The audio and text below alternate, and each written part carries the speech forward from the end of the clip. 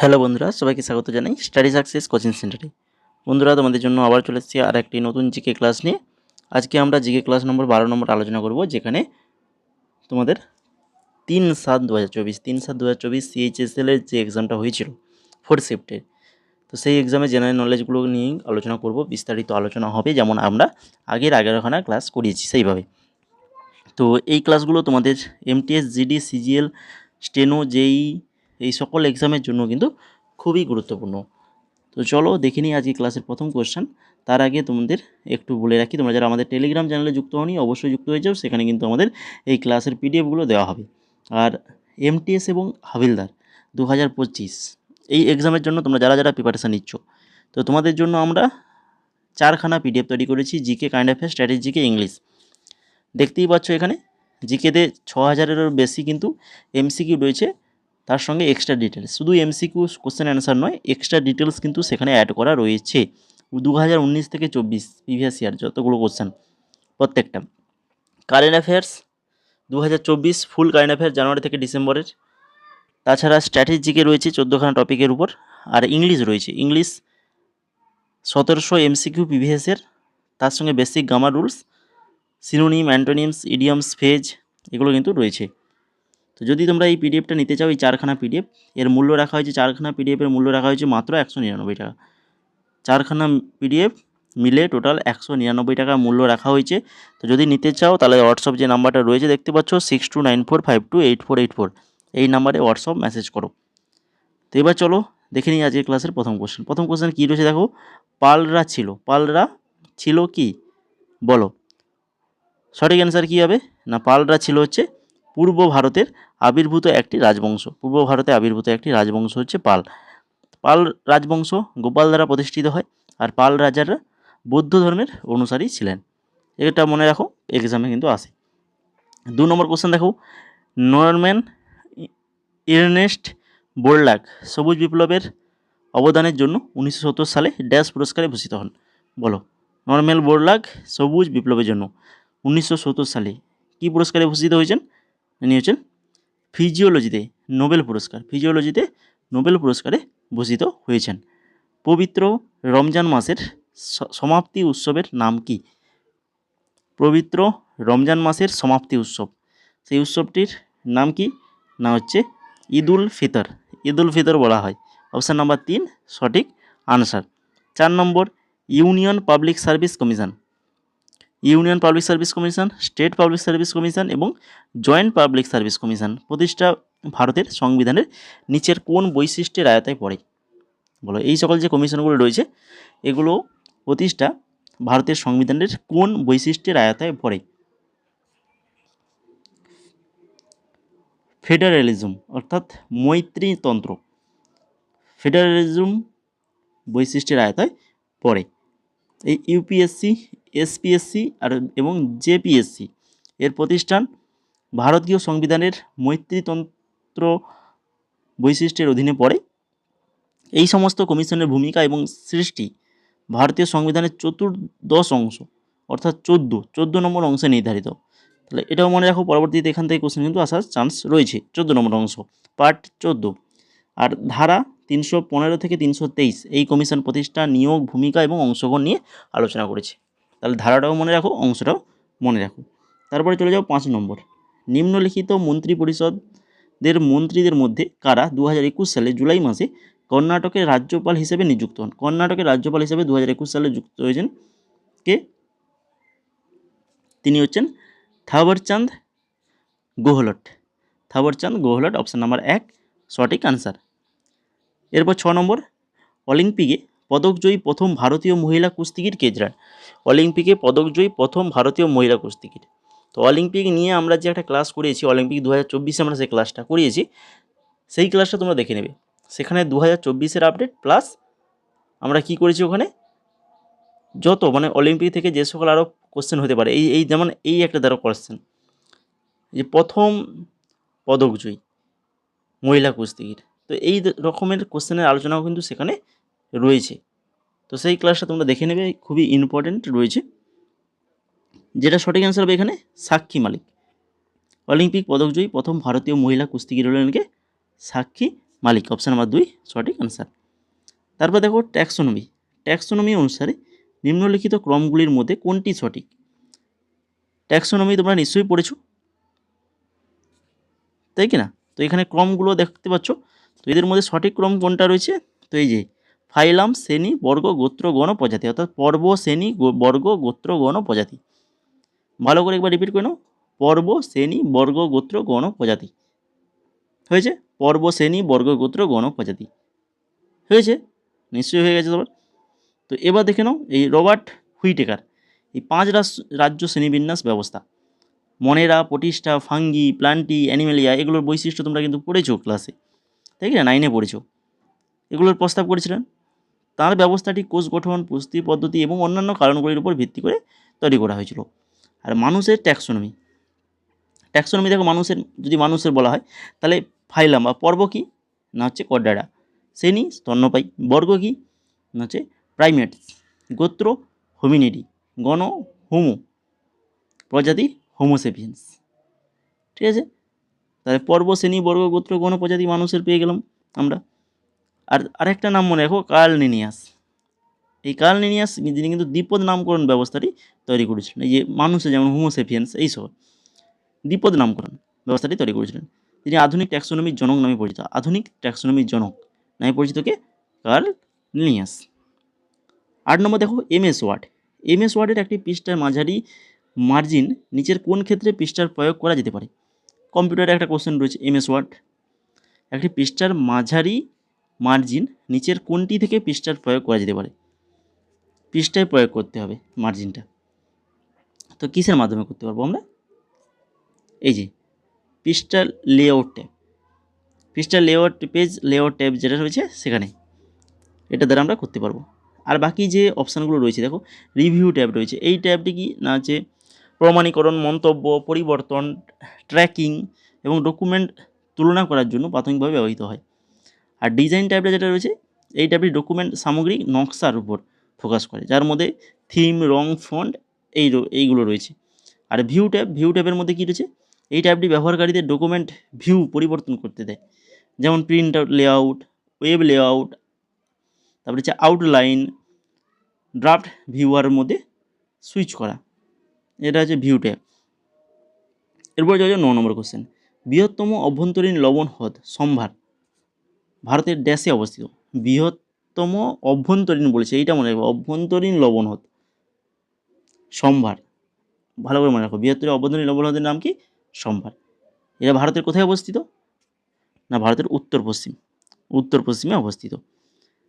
আর চিল্কা হচ্ছে ভারতের বৃহত্তম নোনা জলের হ্রদ। ভারতের বৃহত্তম নোনা জলের হ্রদ বললে তখন কি বলবে? চিল্কা হ্রদ বলবে। হ্রদটি পূর্ব ভারতের ওড়িশা রাজ্যে পুরী, খুর্দা এবং গঞ্জাম জেলা জুড়ে অবস্থিত।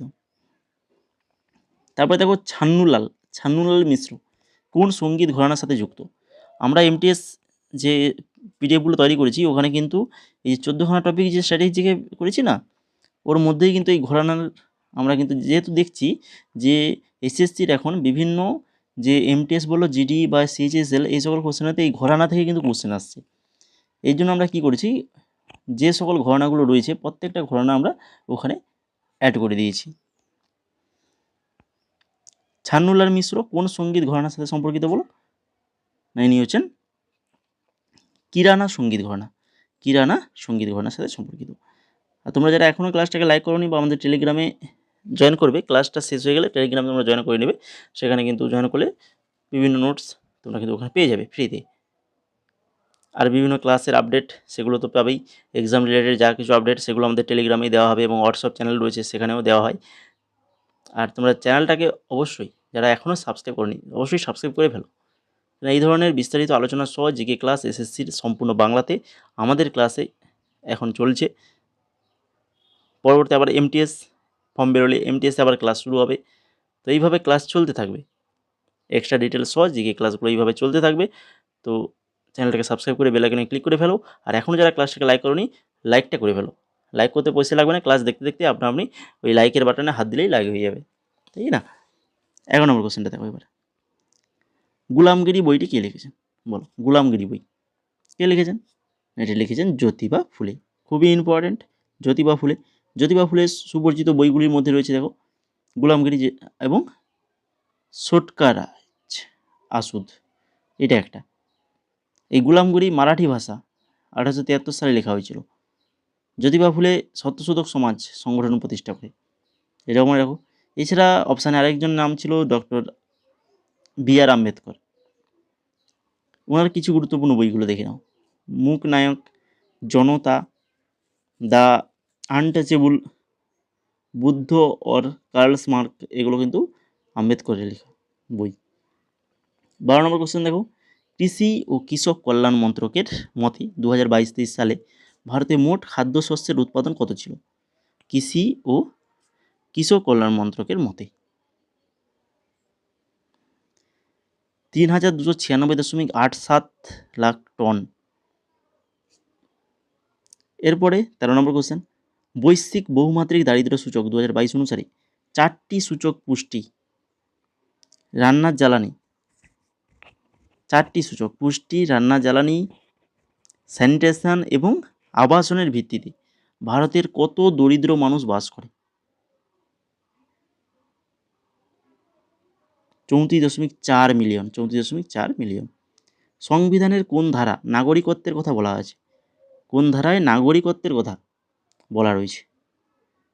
ধারা 5 থেকে 11, ধারা 5 থেকে 11-র মধ্যে নাগরিকত্বের কথা বলা রয়েছে। এখানে তোমরা একটু দেখে নাও, ক্লাসটা বড় হয়ে যাবে প্রত্যেকটা পড়তে, তো দেখে নাও, নাহলে স্ক্রিনশট নিয়ে নাও তোমরা। এটা 5 থেকে 9, এটা স্ক্রিনশট নিয়ে নাও বা ভিডিওটা পজ করে পড়ে নাও। আর 10 থেকে 11 এটা পড়ে নাও।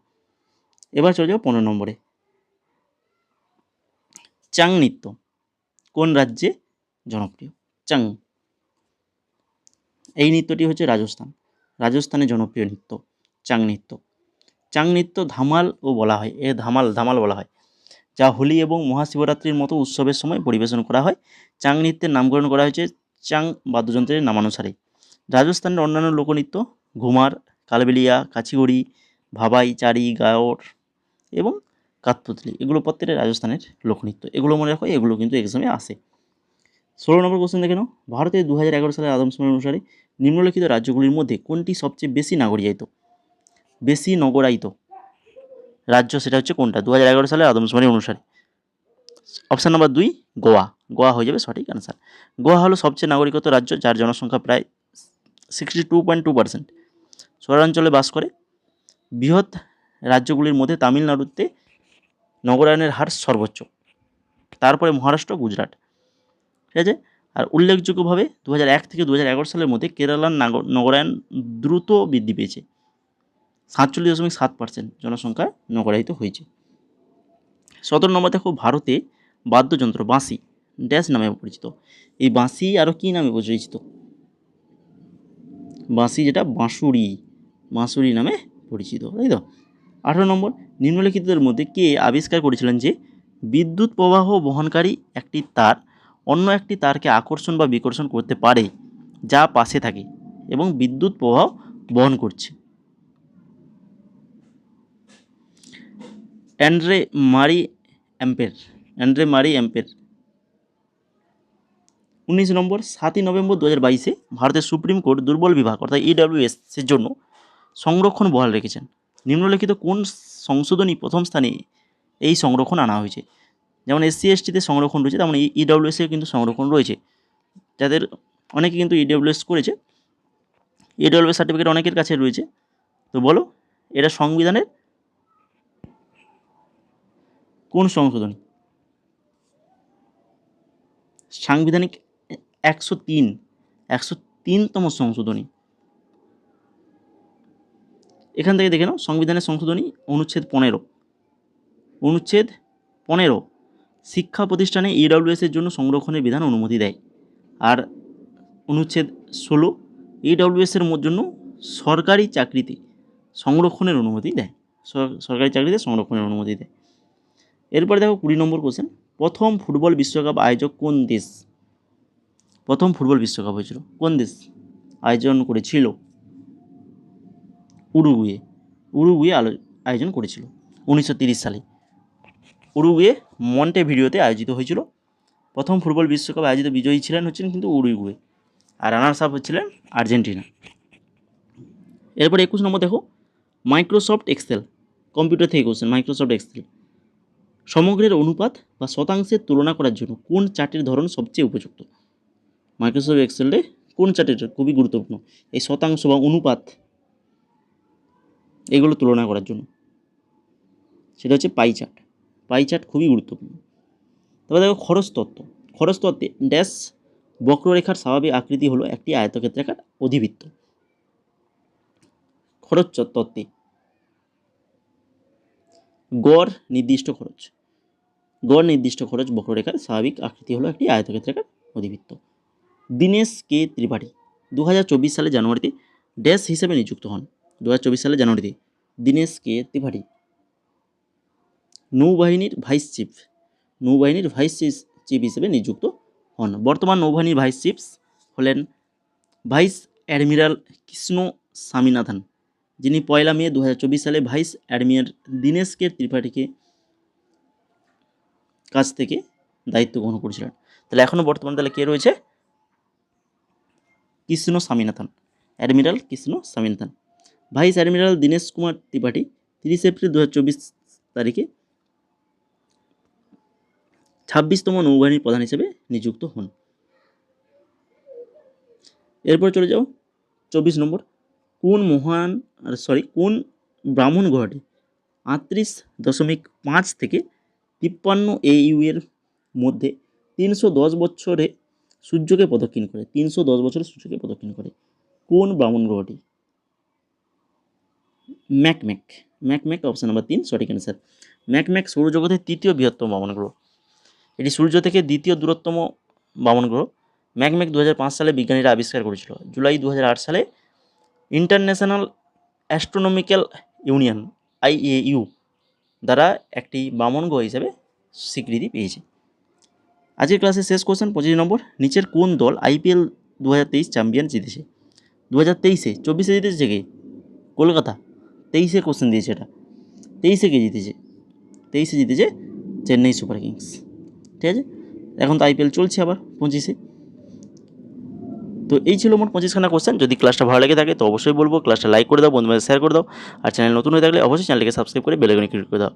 তারই সঙ্গে আমাদের টেলিগ্রাম এবং হোয়াটসঅ্যাপ চ্যানেল, দুটো চ্যানেলে যুক্ত হয়ে যাও, যেখানে তোমরা ইম্পর্টেন্স নোটস পাবে, ক্লাসের PDF পাবে এবং এক্সাম রিলেটেড সকল আপডেট পাবে। আর এই PDFটা যদি নিতে চাও MTS-এর, তোমরা যারা MTS-এর প্রিপারেশান নিচ্ছ, খুবই ইম্পর্টেন্ট হবে তোমাদের জন্য, খুবই গুরুত্বপূর্ণ এই 4খানা PDF, খুবই প্রয়োজন তোমাদের। বিশেষ করে জিকে তো অবশ্যই প্রয়োজন, কেন 19 থেকে 24 ফুল আমরা জিকে দিয়ে দিচ্ছি এখানে। ঠিক আছে, 6200 প্লাস কোশ্চেন। কারেন্ট অ্যাফেয়ার্স তো পুরো 2024 দিয়ে দিয়েছি একদম, খুবই ইম্পর্টেন্ট তোমাদের জন্য কারেন্ট অ্যাফেয়ার্স 2024। মূল্য রাখা হয়েছে মাত্র 199 টাকা। স্ক্রিনে দেওয়া এই হোয়াটসঅ্যাপ নাম্বারে তোমরা মেসেজ করো, মেসেজ করলেই সেখানে পরবর্তী স্টেপ তোমাদেরকে জানিয়ে দেওয়া হবে, তারপরে তোমরা কীভাবে PDFটা পাবে। ঠিক আছে, তো অবশ্যই মেসেজ করো।